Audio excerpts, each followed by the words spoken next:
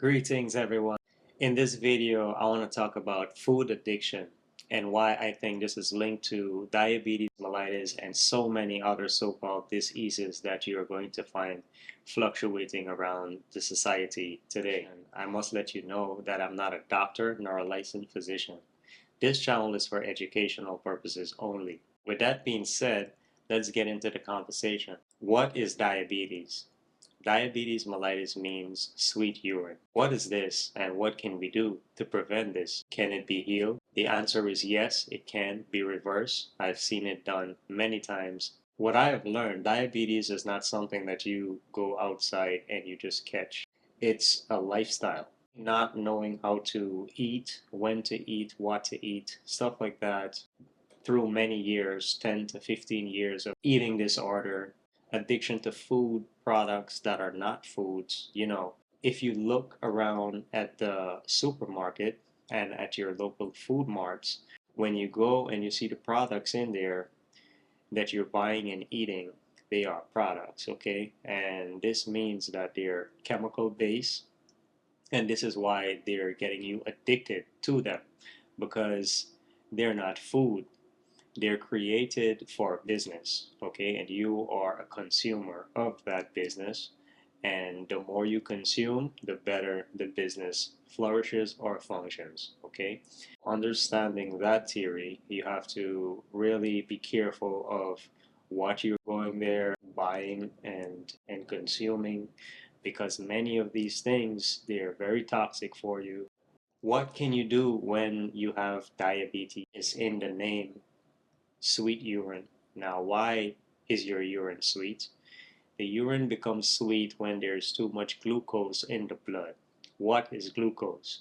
Glucose is a sugar molecule. It's stored by the cell to create ATP, which is an energy molecule. And this gives you the ability to function. And then the pancreas gets, this is the main organ that has to do with transporting your food and converting it into fuel.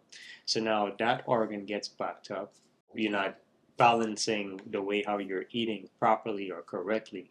This can be reversed just by simply changing the lifestyle. I recommend going on a plant-based lifestyle. You want to eat foods that are very high in energy, but it's very easy to break down. If you eat food that are structure is too complex to break down, and you're only yielding a little bit of energy, then you're overworking the digestive system. And this is just common sense. So basically, you want to contract more from consuming less. Anything to do with like, processed food, GMO food, genetically modified foods, those kind of foods will definitely get you into that diabetic category very fast, and it will cause your healing journey a little bit harder if you continue using them. So what can you do to keep your glucose level low?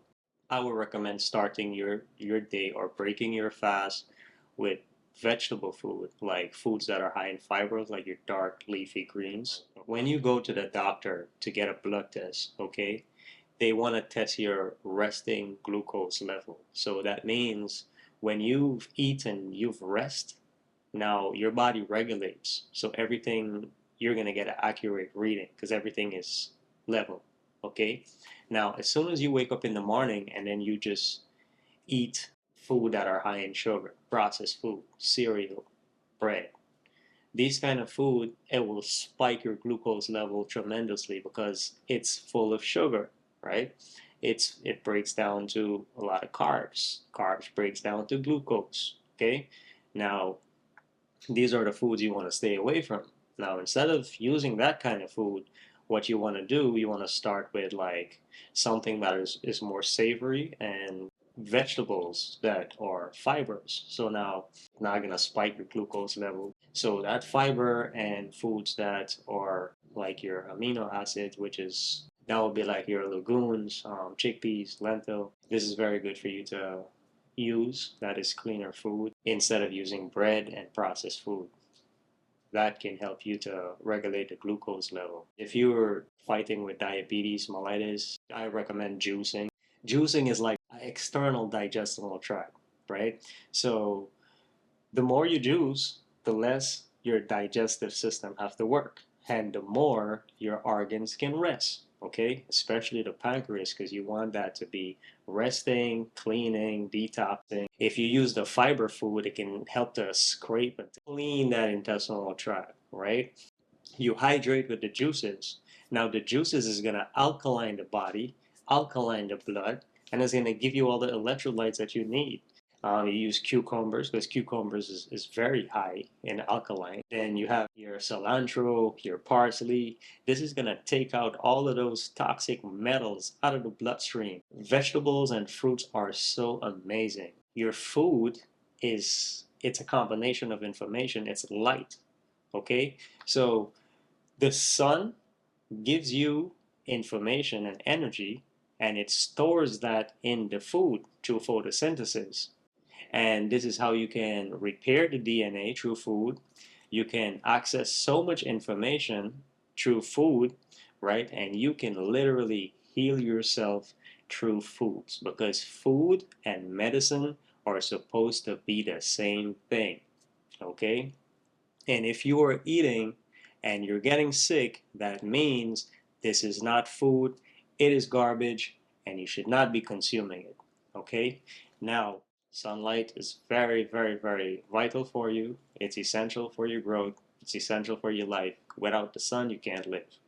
Okay? Physical activities are very important for you to burn those fuel and burn those sugars and burn the glucose, bring the levels down. Okay?